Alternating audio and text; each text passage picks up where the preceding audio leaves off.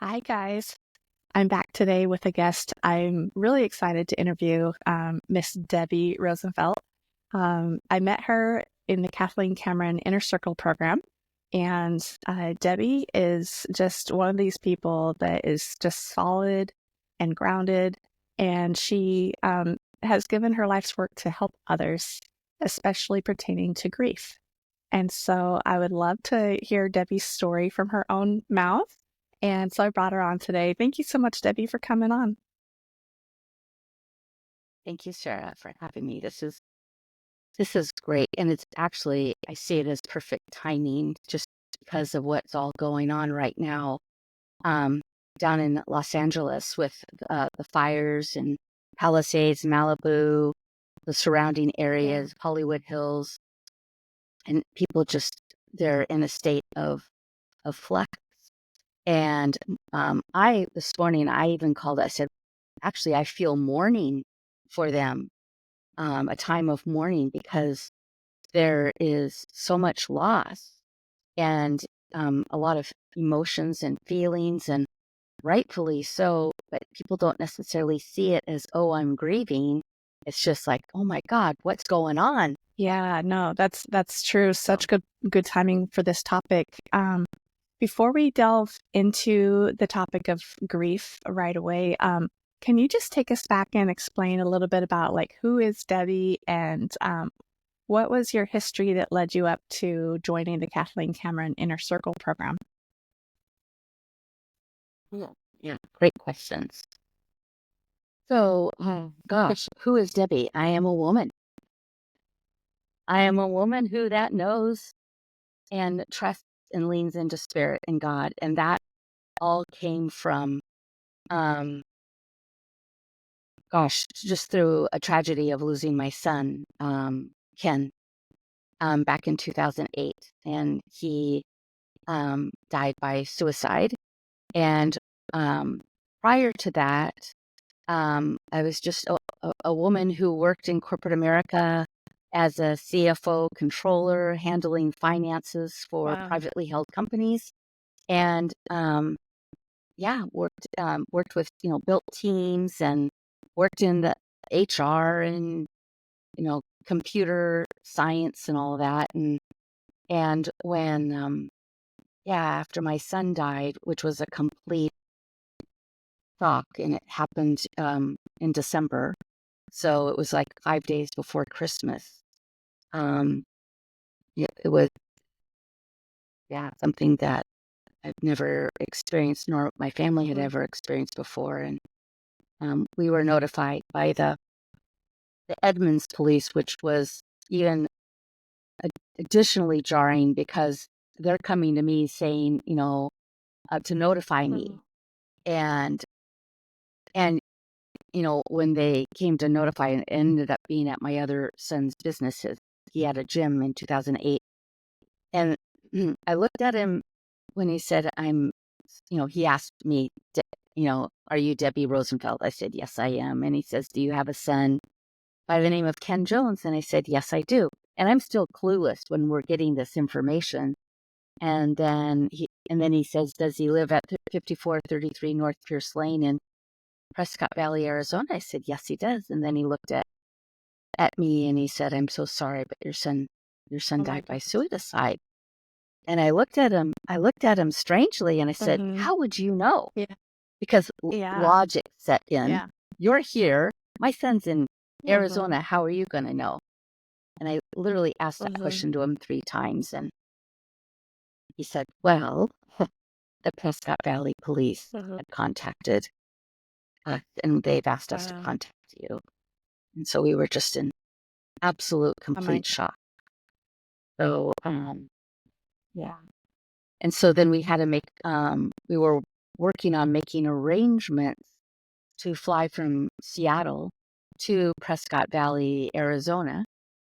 And it actually would have Hmm. been Phoenix, but we couldn't get out because a snowstorm had come in, and it was snowing even that day when we were notified. And it was a huge snowstorm. So flights were canceled, or the flights were booked, so you couldn't get out.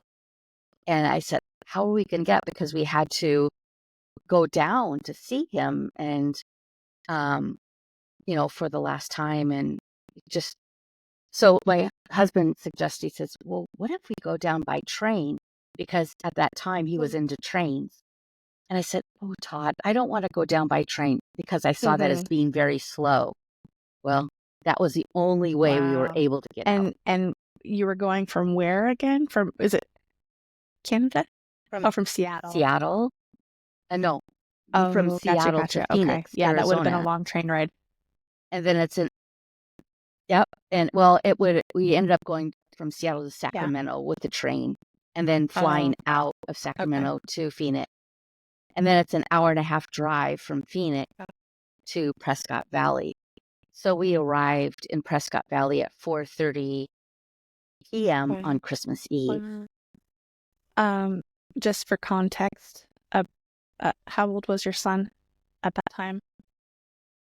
He was Oh he no. was Oh my 30. goodness. Yeah. Just starting his life. Yeah. So he was, yeah. Well, actually, he started his life when he was 16. Kenny was such like very a deep individual, and he pretty much planned his life. Like when he was in high school, he was in senior year, he would come home on this week, and I think it's like a military week or something. And he's the first day was, "Hey, Mom, I'm gonna go into the Army." And I said, "Oh, okay." The next day, "Hey, Mom, I'm gonna go into the Navy." And then the next day was, "Mom, I'm gonna go into the Marines." And then the last day was, "Hey, Mom, I'm gonna go into the Air Force." And he said, "And this is what I'm gonna do. I'm gonna go into the Air Force and I'm going to get the GI Bill to pay for college." Well, the thing is, when Mm-hmm. my boys were born, their great grandfather decided to take $10,000 Wow. and invest Cool. it specifically for their Yeah. college education. And so I said, "Hey, Ken, your college is covered." "Yeah, but I can get additional benefits this way." I said, "Great." And then he said, "And I'm going to go to school and I'm going to work on becoming a Mm. pilot." And so he was very forward Yeah. thinking as a Oh, I love teenager. that. Yeah. And so, yeah, he was very, very thoughtful, very deep, Yeah. sensitive Yeah. individual. Yeah. Um, was depression something that he dealt with off and on throughout his life, or was this a complete shocker when it happened? Well, the answer to that question is yes, he did, but we Oh, didn't okay. know that until we saw his journals, because he left his journals for us. We were very blessed in having a couple of letters. So Kenny was very meticulous Mm-hmm. and methodical. So he took care of himself through this process, made sure that he dressed up warm.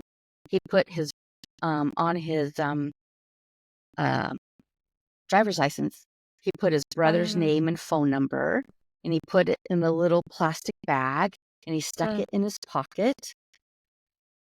He wore, and he went outside, and so because he didn't want to mess up the house Yeah. or for us to have to deal with that. But it's like I also know, Yeah.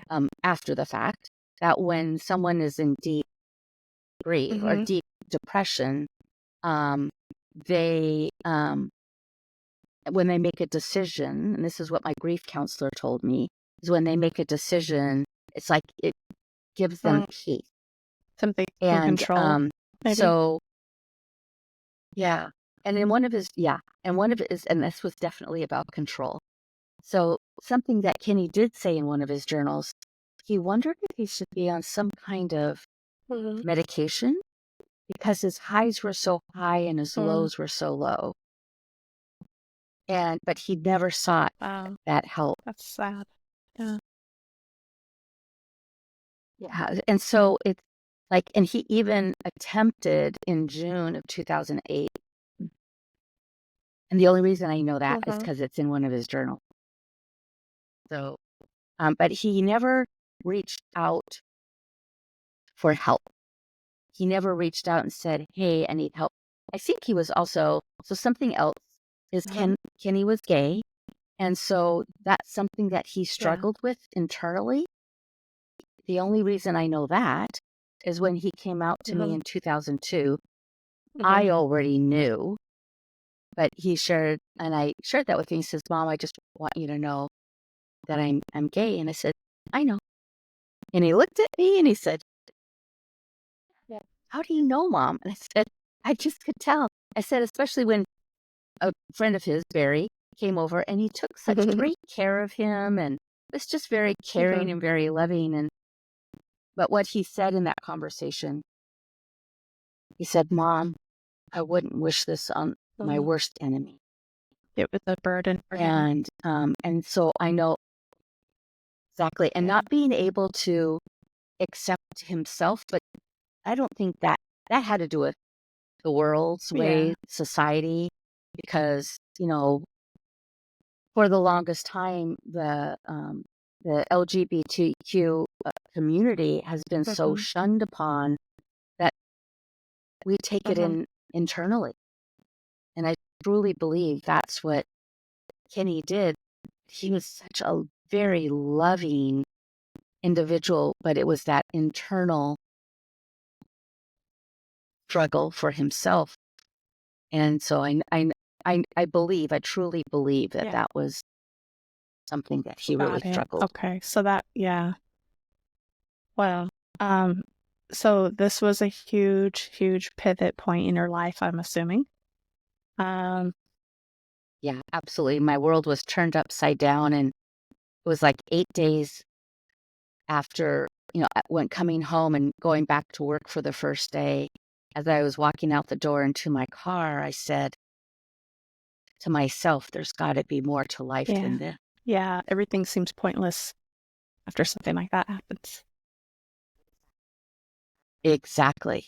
And it's like, what what do you do if seeing this is something that, like, how do you even move forward? That's what was just processing through my brain. I was working, with this company that was growing from 19 million to Mm-hmm. 33 million between April and that time. I had been Mm-hmm. building a team of people, um, because of the growth that was occurring. And I see that all as a God moment as well. And the reason why I say that is I was able to go do what I needed to do through this time, and the That's team just nice. took over. Yeah. You had the Yeah, support you needed. yeah, yeah. They took over, and I had the support I needed. And the thing is, at that time, I didn't even know what to do. And so I had a regular routine in the morning. So every morning I would get up between 4:30, Mm-hmm. 4:45, because I would go to the gym Mm-hmm. at 5:30 to meet with my trainer and to work out. And so I had this routine of getting up, taking my vitamins, going to the gym, working out with my Yeah. trainer. And so, you know, we're creating a whole new normal. And because there's no normal anymore. So you find the Yeah. little ways that you can to keep that Yeah. normalcy in your life. Um, I know a childhood friend who's, I think she was just a preteen, committed suicide. Um, so I am curious if you could just expound a little deeper on, yeah, how did you start to feel better when nothing made sense anymore and there was no meaning to any of it anymore? You said you had your routine before that, but then everything, the world stops. Well, that's the problem. The world doesn't stop, but your world stops. Ex- exactly. And you want the world to stop. I mean, I literally wanted to be Superman. So I don't know if you remember, but Lois Lane died, and Superman decided he was going to make the world go Yeah. backwards, and he did. And he was able to save Lois. That's what I wanted, but I knew that Right. wasn't the reality. Oh my God. And so, and to answer your question, there is no Okay. feeling better. That's what you're figuring out is and it's nothing really to figure out. It's like, how do I just get through this moment at this time So it's a on moment by this day? moment existence. Yeah. And in order for me to go back to work, I literally, after, coming home from the gym, taking a shower and all that, and having breakfast, I would sit down literally for an hour, sometimes 2 hours, where I would just cry. I would read, I would journal. But what it did was it prepared me Mm-hmm. for my day so I could go out into the world and try to be myself when I had to just be in the moment. So it was just about being in the moment. So I knew that self-care is what I needed. So at that time, I came across um, my my a book that came across to me was The Yes. Untethered Soul Mm-hmm. by Michael Singer, and that was so apropos Mm-hmm. for that time because I would sit down and read a little bit about it to help Yeah. me process like what's going on inside of me and what is it that I need. So but there was nothing to seek, there was Yeah. nothing to search for except just to Wow. be in the moment. So that seems like a coping strategy of journal, cry, maybe try to exhaust that emotion out of yourself before you go and start your day so that it's not just welling up and about to burst Yeah, out at any given moment. exactly.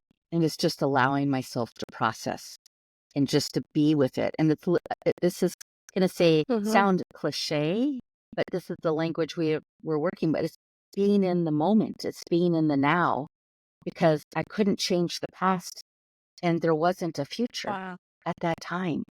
I just had to allow myself to process the deep, deep grief that I was feeling. And in the meantime, not only processing that, I I was the executor, so we had to plan to go down to Arizona. I had to get help because we had to Mm-hmm. move. Kenny owned a home. So when he was 21 years old, Mm-hmm. house was being built and he bought it. And so this was his home. So we had to move all of Yeah. his stuff out. How do you do that? And just going through his things, it felt so Yeah. violating because it was his Yeah. life. It's so sad and wrong how that happens around death that, the world doesn't stop long enough for you to even fully grieve because you still have to take care of all the legal matters. So wrong. Yeah. Yes. And some people are kind and some people are not kind. They don't care. It just means that they're just not aware. And there are some people that were very Good. thoughtful. Um, and it's just, you know, that is part of Yeah. life, Yeah. unfortunately. So then what happened? You got down there, you moved Yeah. everything. Yeah. Did you change careers Yeah. right after that? We, Like, what happened? yeah. No. So, yeah, we got down to Arizona. We had to rent a rental car, get that all. So I had some great help. And then moving his things up here, and my parents had a beautiful home with one floor as a whole garage. So I asked my dad if I could bring Kenny's stuff there. So then we had time to go through it and get rid of Mm-hmm. it or do whatever we want, which that in Mm-hmm. itself is very emotional. And he says, yes, you have 90 days. And I looked at him and said, 90 days. He says, yes, it has to be out of here Wow. by 90 days. And I was like so angry and upset at that time, but I understand now what was going. It's just so it Mm-hmm. doesn't linger. But going through somebody's thing is really difficult, especially after you lost them. So it's not just grieving, but also have to do the Mm-hmm. doing part of like Yeah. What would he want? packing his home up. Yeah, yeah, Yeah. exactly. So, and then we ended up having to make, we had two services. So we had one down in Petaluma, California with his dad and stepmom and my California family, and then up Mm. here in Seattle. And that in itself is emotional as well. So you're dealing with all of this. And here's the other thing. And I was very blessed in that I had a lot of time built up Yeah. to be able to handle this stuff. But in the corporate world is you get 2 or 3 days. Back then, that's what it was, to Yeah. handle As bereavement. if that's enough And time. I thought, exactly. I said, who the heck made Hmm. that rule up? And I'm hearing companies have changed to give people more time off, but that was just so disturbing thinking, okay, well, you get 3 days to grieve and then you have to come back to work. I wasn't a No, functioning human no. being. I had been there 8 months. I had my team, but there were still things that I had to Yeah. do. And so I had to literally just slow down and be in the moment. So I sought a grief counselor. I got help by talking it through with someone outside of my family, because when you repeat a conversation over and over and over again to friends or family, and everybody is at a different place in their grief process, it can get old after a while. So when you hire Hmm. a professional or Hmm. someone like myself just to be with you in the moment and help you Hmm. process out loud, because there's nothing to fix. There's nothing that needs to be fixed. Nobody's broken. You're going through an event in your life that's just Yeah. been life changing. Okay. So that's key number two. Seek help outside of your immediate friends and family, because there's only so many times that they can maybe be supportive as they hear the same thing over and over. But a professional counselor maybe has more tools or capacity to be able to be with you through that. And will also speak the truth to you. So one of the things that I said um, to Kathy, she was my grief counselor, at one of my times, I specifically remember telling her, I think I'm going to forget Kenny because he died. And but that's the emotion that I was going through, the depth. And she stopped me and she looked at me and she says, Debbie, what makes you think that you're going to forget Kenny? And what that did was it stopped me in my track and it helped me get into my logical mind and say, oh, you're right. So that was irrational thinking, but that's what happens when you are in deep, deep grief, is you're not Yeah. thinking And instead of rationally. telling you were wrong, So she asked you to figure it out, which was great. exactly, exactly. And the other part of it, for even the last total 16 years, is getting to know myself at a deeper level. That's what reading The Untethered Soul did. There was no how-to in there. It's just how Michael Singer wrote and the questions that he asked or the insights that he shared. And that happened there was another book that I read, I Wasn't Ready to Say Goodbye, by Brooke Noel and I think it's, yeah, Pamela Blair and Brooke Noel. It's a great book. It helped me understand my process, and it Yeah. helped me feel normal of all that I was experiencing. So through the 16 years, the deepest part, I would also say, is getting to know myself at a deeper level. And how I did that is, it's just through the different things. There was no how to. So I was Hmm. seeking purpose. So after Kenny died, I was questioning, there's got to be more to life than this. What can I do? I enrolled to become a certified coach with the Coaches Training Mm. Institute down in San Rafael. I decided to go through their leadership program, which was a year-long Wow. leadership program, because I was seeking purpose. But even going through the coaching certification process, I had to go to classes for 5 months in a row.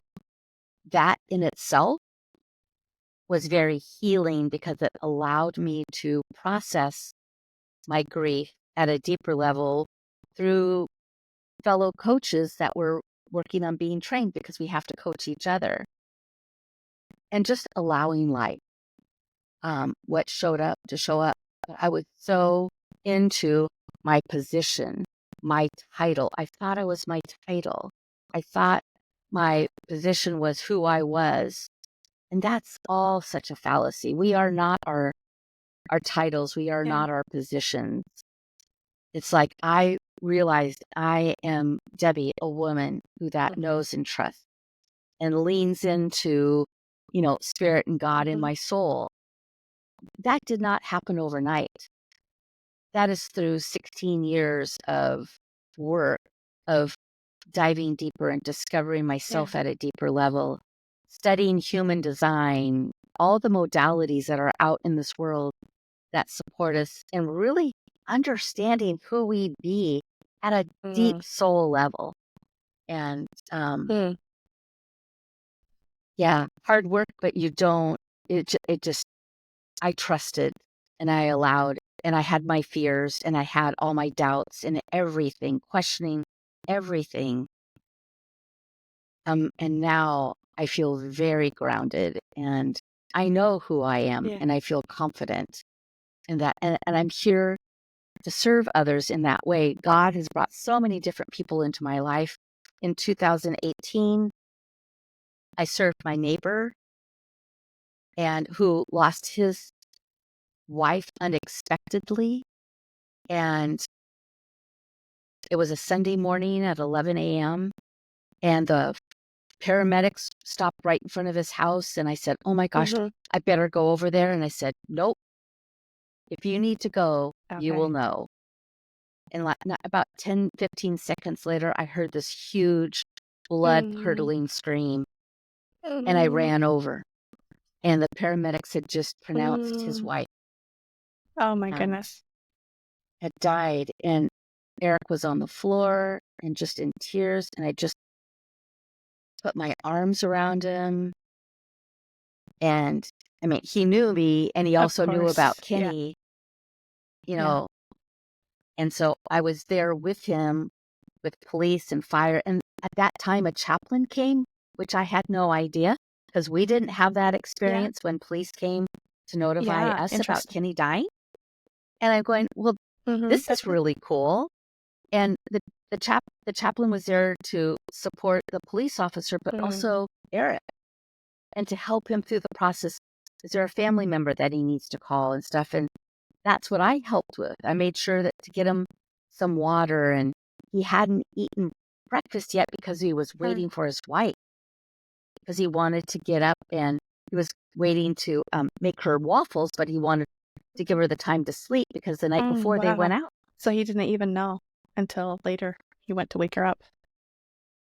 until 11 o'clock in the morning. Yeah.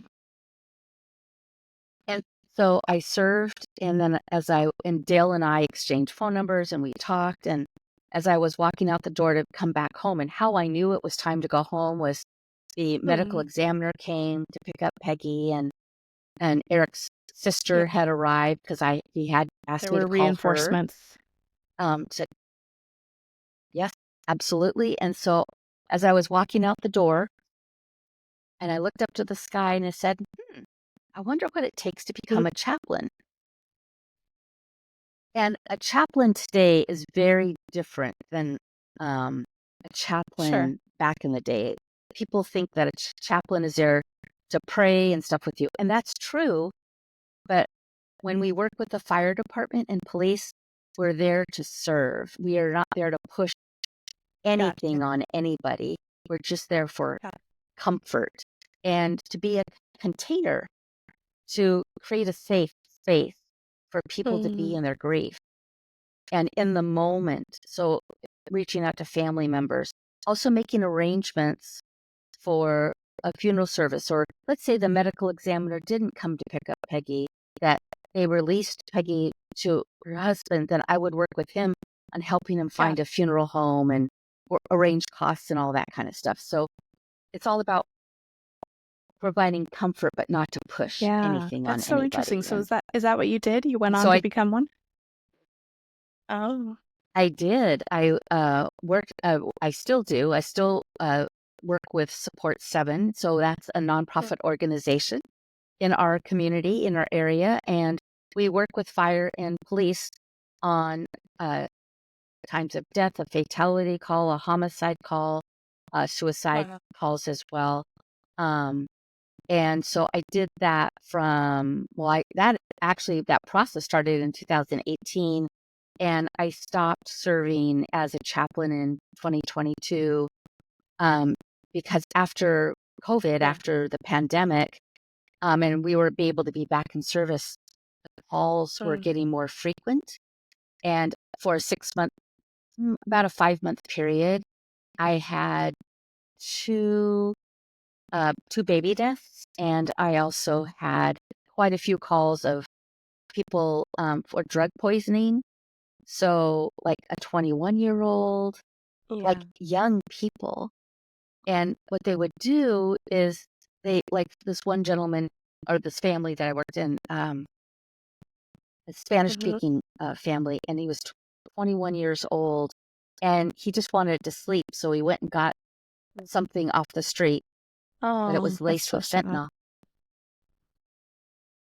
And so they were like Mm. 21 years old. So that was one of my questions as you were speaking earlier. How could you do this line of work? Didn't it bring up for you over and over and over again? Or did you somehow find some like inner peace and then that allowed you to be able to support others? Yeah, great question. Because I too had that question when I was interviewing with Support 7 and wondering. My concern was if I served Yeah. on a suicide call, Yeah. what that was going to be like. And again, quite honestly, it's all God. It was spirit. So when I would go out on calls, I Hmm. went through proper training. I took some classes over here at my church. What is a chaplain? What do they do? The bottom line is it's all about just being a Okay. decent human being, Yeah. a loving, caring human being. But then I also went through the official fire Hmm. and police training as well, um, and how to work with police, how to work with fire, and what do you do? So I went through a week's worth of Hmm. training there as well. So I was well prepared, and I also was being very realistic with myself as well. And I even told my fellow chaplains, I said, this is Hmm. something I'd be concerned with. And they said, we won't let you go out and serve by yourself until Okay. we know So you're there was good ready. support for you too. Mm. A lot of support. And yeah, a lot of support. And it ended up my very first call on my own Oh my was a goodness. suicide call. Mhm. And Oh I was wow. serving a mom. But again, I was surrounded by spirit and God. And because when you're there, you don't take anything in For personally. them. You're just there to be a safe Mm. container for them. And that's exactly what happened. But I knew what was happening at Yeah. the end of 2022 in December, at the end of December. I, I had two last calls, and we had 24-hour Wow. hour shifts back then. So I would be on call on Christmas Eve, and I had mm, two poisonings of drugs and one fatality. And it really took a toll on me. And a lot of other things were occurring. The anniversary of Mm. my son's death is on the 20th. And so it was that around that time as well. And it just got to be too much. And I told my executive director, I said, I Hmm. think I need a break. And she says, Deb, if you need Yeah. a break, then you take it. Yeah. So yeah, so I still serve people when it comes to grief, but I'm not going out on Yeah. emergency at the time calls, because I just know it's it's I'm Of not able course. to at this time. But after the Yeah, fact, of I can. course. Okay. No, that's amazing that I mean, I think a lot of people would probably just like collapse and their life would have like stopped for an amount of time. Did yours ever do that? Or did you just kind of somehow find the strength to keep going and keep your job together and then take this training and you just kept moving forward? Or did you ever like fall apart? Well, oh, I fell Not you apart. personally, but like Absolutely. did you start dropping balls, like couldn't make it to work and couldn't do this and couldn't do that and Well, here's what I did. I let the owner of the company know I would be coming in okay. from 10 to 4. So I was used to working Okay. 6 days a week, you know, 10 to 12-hour So you days. cut way That back. stopped. Good. I cut way back. I Mm. even took Fridays off through up through June. And he even said, I need to start coming back on Fridays. I said, I can't. Good. I'm not ready. So I listened to my body. I listened to what I needed. So I set boundaries. That was also the Hmm. biggest thing, Sarah. I set boundaries for myself. This is learning how Yeah. to say no. That's so powerful. And Yeah. great for anybody Yeah. listening to this that's going through something similar. Great advice for them. So, more modern day, you've brought us up to like 2022. Is this your business now? I don't even know. Like, do you offer grief counseling as a business Yeah. or how does this work? Y- Yeah. Great question. So I'm more of a Okay. mentor and a guide. So I'm not an official therapist, but Uh-huh. I do therapy work. So, if you will, and it's just being with individuals. So I still have my work in the finance world, but this is what's showing up. Again, this is all God and spirit. I have people coming to me who lost a spouse and they need help Oh, with their they're both. finances, or they're going through Mhm. exactly. And I'm able to I love serve that. both sides. And because we humans tend to beat Yeah. ourselves up a lot, um, especially around Yeah. finances as well. And I said, it's okay. We're working on it now. It's like beating yourself up Yeah. doesn't serve. And so, but what I've done is I've taken what he didn't have because the spouse handled all the finances. And so he needed to get the finances in order. So he knew where he Yeah. was financially. And so I was able to help him with that. But also when we would just talk Hmm. about his wife and his grief, but it was natural. It's just a Yeah. natural setting. And then also, like, God has brought so many people into my life. Like, I'll never forget when I went back down I would fly down to San Diego once a month for work back in Hmm. 2009, 10, 11. And the first time I went back, the plane was waiting for one individual, and that person was going to be sitting next to me. And it ended up being a woman who just lost her grandfather, and she was flying down to San Diego for the service. And so I just sat with her and we talked about her grandfather the whole time. And I asked her great questions. So tell me about your grandfather. What was your Hmm. favorite memory? And she just lit up. And so it's like times like that, that people we connect and I'm able just to serve in a way that helps another just have a little bit of relief for the moment. Because again, there's nothing to fix. Nobody's broken. But when we allow ourselves and surrender to our grief, and not to make it Hmm. our story. That's the one thing. For the longest time, I did make it my story. And a colleague, a friend said to me, Debbie, do you realize that you're making that your story? And I was really angry with her in the very beginning. I thought Yeah. internally, how dare you? This is my son. This is how my memory is of my son. But what I was doing was I clinging onto that story. And I think that had a lot to do with also thinking I was going to Mm. forget him because the Was only your way I had to story. remember was with Hmm. my Yeah. grief. And after it was about 10 days or so, I got it. And I said, okay, I don't need to make it my story anymore. Interesting. And so it's really just allowing and honoring our grief and not making ourselves wrong. And what is it that we need Yeah. for ourselves? So it's surrendering, allowing grief, anger, whatever it is that you're feeling.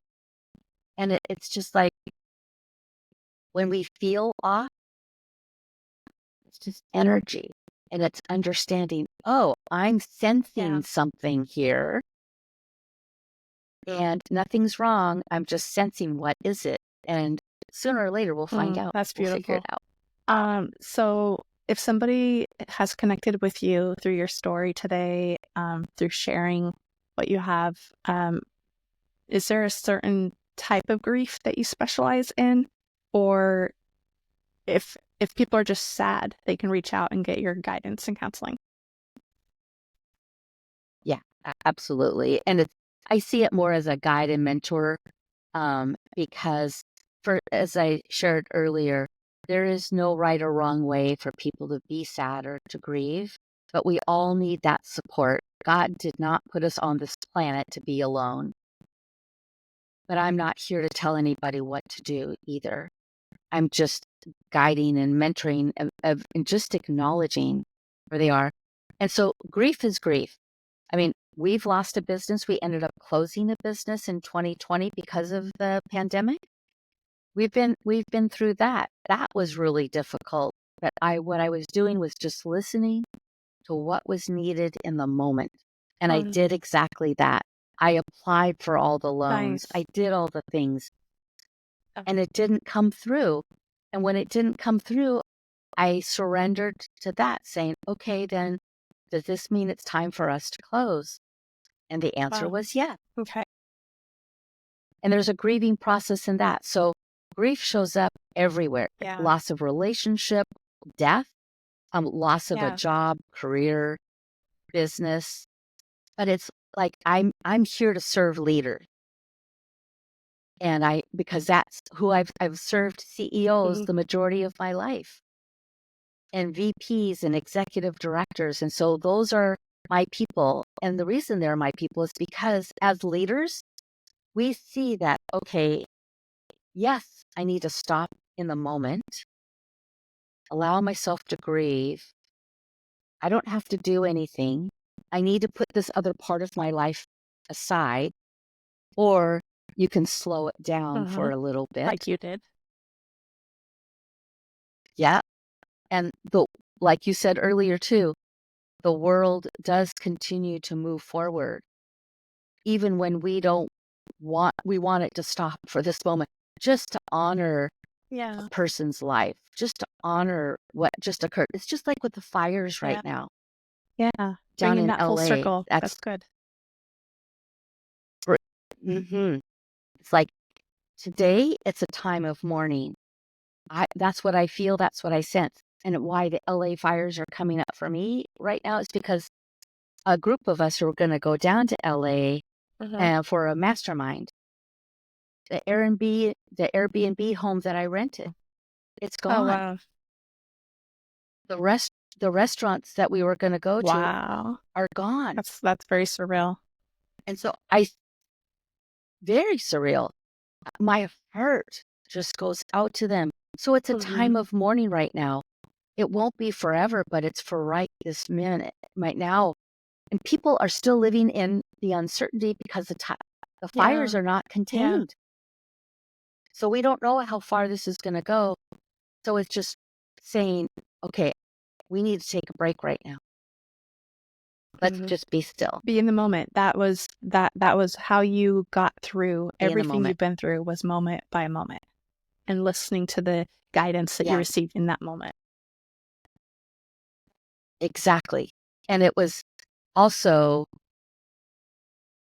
my normal Yeah. changed. After Kenny died, I had to create a whole new normal. And that's how that was done, moment by moment. And I learned that I couldn't run from my feelings. So I had, if you will, an emotional home. And now I had to create a new emotional home. And that's all about emotional intelligence. And emotional intelligence is about allowing yourself to feel Mhm. And everything and not judging it. that Like you're you said, just feeling. recognizing it's just energy. It needs to it needs to be felt Exactly. and move through you. Otherwise it gets stored away as a blockage. That's key. Allow it to move through you. I actually reached out to Michael Singer in June, July of 2009. And I shared with him my story. I said, I lost my son. Will I ever be happy again? Because I was looking like I Yeah. couldn't be happy. And he responded back and said, allow your grief to move through you. Do Yeah. not hang on to it.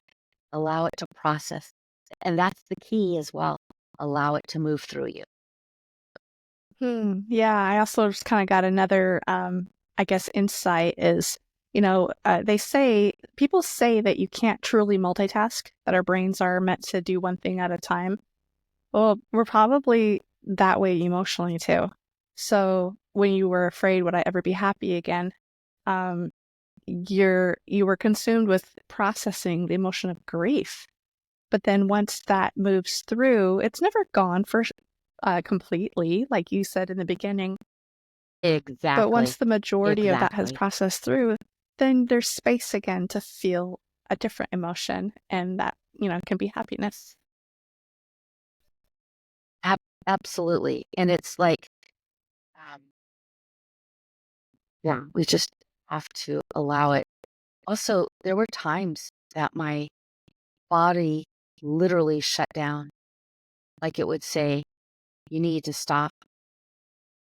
And because I remember that specific time, and my body just said, sit down. And my brain stopped functioning. And I said, okay, I'll sit down and do nothing because it was overwhelmed too much. And there's times that that may happen to an individual, and to Mm. listen to that. Oh, Yeah. Debbie, you are an amazing, special human being. The fact that you have lived this and you have grown from it to the point that you're now able to hold space for others. And I also love that it doesn't have to be the exact same scenario, that you're able to support people in a variety of distressing circumstances. Uh, so how can people reach out to you and connect with you? Yeah. Thanks. So there's just, I've got my website. It's debbierosenfelt.com. And if people just want to reach out, there's a little red button at the top. It just, connect with Debbie and they can reach out there. I'm also in Instagram and Facebook under Nice. CEO from the Heart. So that's the name of my business because it's all about leadership and I want to bring more heart to business, to relationships because we learn about ourselves through our relationships. And so we learn about ourselves through our grief and through our Yeah. sadness, through our anger.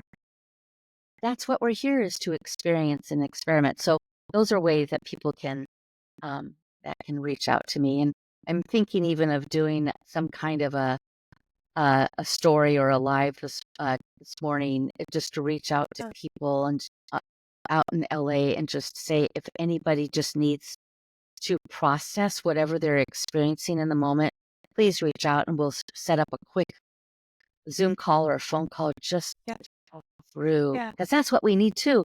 Is like what we're talking about is just Yeah. process out loud And that's because actually we a need that. beautiful offer, because people going through that right now, the only people that they could probably talk to and process are other people that are also going through the trauma.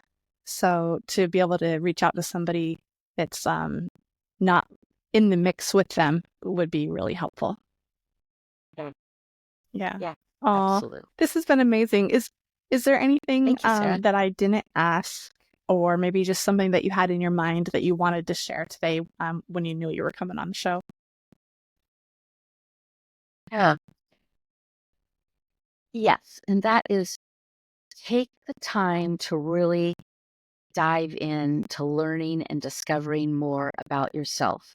Because when we learn and take care of ourselves, it makes us a better human for humanity to be able to serve others through our relationships and is what resonates with you. And what resonated with me was human design and understanding myself at a much deeper level, but it also helped me understand my husband, my Mhm. son, both sons, Kenny, who is no longer here, my other Yeah. son, Brian, and all friendships. When we understand each other's energy, it has nothing, when something goes awry, it has nothing to do with us. Everything is energy. And Mhm. starts with us, and for us to take responsibility and be Yeah. accountable for ourselves and to others and I love it. humanity. Everyone has a Thank you. good homework assignment now. Understand thyself. Yeah. Understand thyself. There you To go. thine own self be No, true. and those recommendations for books you gave in the beginning are wonderful as well. Thank you so much, Debbie. This has been amazing. I'm sure it's going to be Thank you, sir. one of those Thank you. videos that are going to help a lot of people because it's, up there forever. I hope So so. somebody going through grief can find this and get helped and also know how to reach out to you. So thank you again. Thank you, I Sarah. appreciate you too. Appreciate you.